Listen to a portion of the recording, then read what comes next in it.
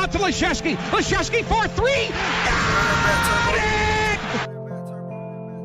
Money, huddle, gotta, cuddle, lot of orders, dollars.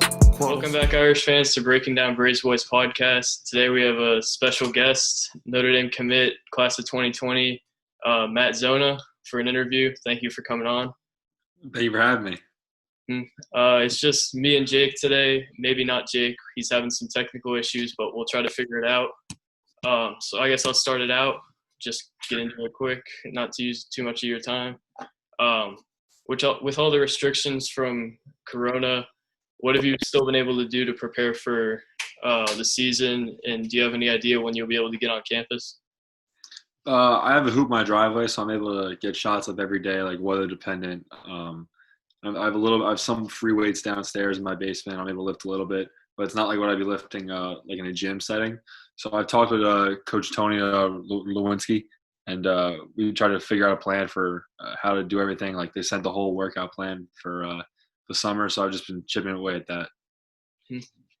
And then you told me earlier, like August 10th, right? August 10th, yeah. That's so they moved up the date for all students to August 10th, and then the basketball team's just going that day. So that's the date we have circled.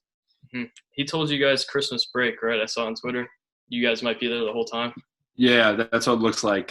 Just because we'll be playing games like in and around there, and we're not gonna have enough time to head home and then come back. So we'll probably just stay on campus for Christmas. Yeah, that kind of sucks for you guys. But yeah, I mean, I've had enough family time here. I've been home for a long time now, so. Yeah, I guess that's true. So, which part of your game do you think is the most ready for the college level, and which part of your game do you want to improve on the most? I think I have a pretty good feel for the game. I think that'll translate well to the next level. I'm still trying to work on becoming a better ball handler, but I think I can also shoot a little bit too.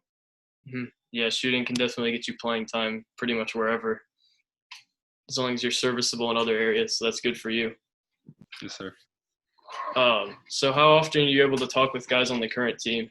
I know Elijah Taylor told me that he's talked to you before. Yeah, I talked to Elijah a couple times. I talked to Robbie a lot now. Robbie was my host on my visit, so I talked to him a lot. I'm talking with a lot of the guys. Like we have a group chat going now, so we're able to talk in there a little bit. And supposedly my last question, we'll see if Jake can get back on. But does it feel different to play after you committed as opposed to before you commit?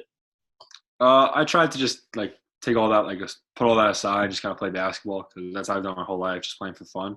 But it's definitely different. Like people now are like, you're the guys on Notre Dame. You're not just a basketball player. But I think it felt the same. I was just excited to get back on the court this year. Like, got cut short for us due to the whole like coronavirus situation. But yeah, I was just happy to play. You guys didn't get eliminated before that, right? You were still no. So we won the sectional championship. We were going to the tournament of champions, but they cut it off there. So now into Jake's questions. We've seen you listed as a power forward and a center. Do you see yourself more in one over the other, or are you comfortable in both? I think I'm pretty comfortable in both. And during my high school career, I played power forward because we had a center. Zach Freeman was playing at Xavier now. And he played the 5 for us, but I was more the 4. And then my senior year, I played the 5 just because we didn't have another big, really. So I feel comfortable in both positions. I like playing the 4 a little bit because it gives me a little bit more freedom to get out and shoot. But I'm whatever coach tells me to do, I'll do. That's going to be pretty useful for us when Jebin graduates too, especially if we don't get like a transfer or anything. Kind of like the Mooney role. Yes, sir. So what made you choose Notre Dame? Didn't you have offers from a bunch of like Ivy Leagues and stuff? Yeah, I had a really cool offer list. It was a lot of like different levels, which I think it was unique in that aspect. But Notre Dame, I just fell in love with it on my visit. And, it speaks for itself, like the education part of it, along with the basketball part of it, and then just life after Notre Dame. Like, it sets you up for everything else where I just couldn't say no to it. And, on top of that, I just fell in love with everything about it. All the guys were great. The coaches were great. So it was a really easy decision, I felt like. So how would you describe your game to Notre Dame fans? I know we touched on this a little bit. I think I'm an inside-out big man who can shoot it, and I play with a high motor, and I have a very good basketball IQ. So another thing, do you feel pressure when drawing comparisons to guys like Mooney and Jebin, even from Brey and from us too, obviously? I mean, it's humbling because those are two great guys. I mean, I met John on my visit, and he's a fantastic player. And I've seen videos of Jebin play, and just being in that sort of conversation, trying to follow in their footsteps is a blessing. And I'm just excited for it. I'm not really worried about it. I'll fill it to the best of my abilities, but I just want to be the best Matt Zona I can be. Yeah, John Mooney is a very popular comparison. That's a huge shoes to live up to. Definitely, I'm excited for it. I mean, it's really humbling. So now on to the speed round. This one's not as serious, just to get to know you a little better. What are your hobbies outside of basketball? I love to hang out with my friends. I like fishing. That's something I like to do, and I love just watching sports. Like, I love baseball. Was always my favorite sport growing up, so I love watching baseball. Like, I miss that all that stuff getting canceled, but definitely those three things. Fishing in New York? Yeah, I mean, where I live. It's not really. I'm not in like a big city area. There's a lot of like lakes and rivers I can go fishing. So me and my friends like to do that. So this one I'm like 99% sure of the answer. I'm just asking you this because everybody else has said the choice I don't want, LeBron or Jordan. I'm going LeBron. I'm a big LeBron guy. Yeah. Me too. LeBron's my favorite player. Yeah, I mean, I always loved LeBron. I mean, he's definitely a special basketball player. Everybody we've had on, Coach Humphrey, I think Trey Wirtz said that too, Jack Nolan, everybody said, Jordan, we got to get a LeBron guy in here. Yeah, LeBron's a go for me. So is LeBron your favorite player growing up? That was the next question. Growing up is my favorite player. Right now it's Frank Ntilikina. I love Frankie Clamps. So yeah, that's my favorite player right now. Most underrated player in the NBA. I think Jake hates that guy, but he's unbelievable. I mean, what he does for the Knicks, they can't get rid of him.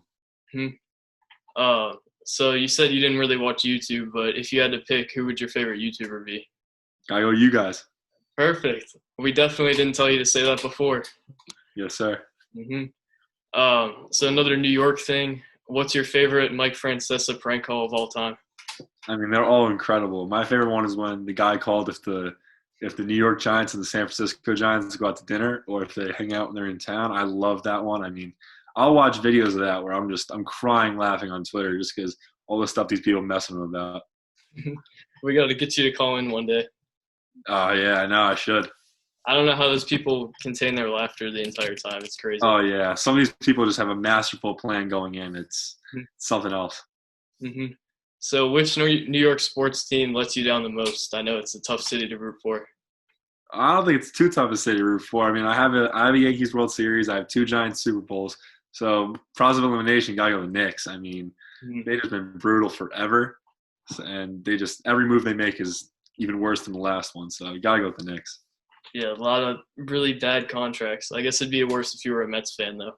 Oh, yeah. If I was Mets, Jets, Knicks, that'd be brutal. But thankfully, I'm Yankees, Giants. Do a lot of people do that? Mets, Jets, Knicks? I have a bunch of friends who are like that, and they're miserable fans. Yeah, I don't know how you can even watch sports like that. So this is the last one we have for you. Which visiting stadium are you most excited to play in? I think playing in the Dean Dome in North Carolina. My dad played basketball at Iona, and he played at the Dean Dome when he was there. And he always says that was the craziest experience he's ever had playing in an opposing stadium. So I'm excited for that. We need a big game from you against them, obviously. Yeah, I mean, they're a great team. Every team in the ACC is great. So I'm just excited for this opportunity. That's probably like a top 3 recruiting class, I think. Yeah. So that's all we have for you. Thank you so much for coming on. No problem. Thank you for having me. Hopefully we can do this again sometime. So yes, sir. Thanks for coming on, and peace.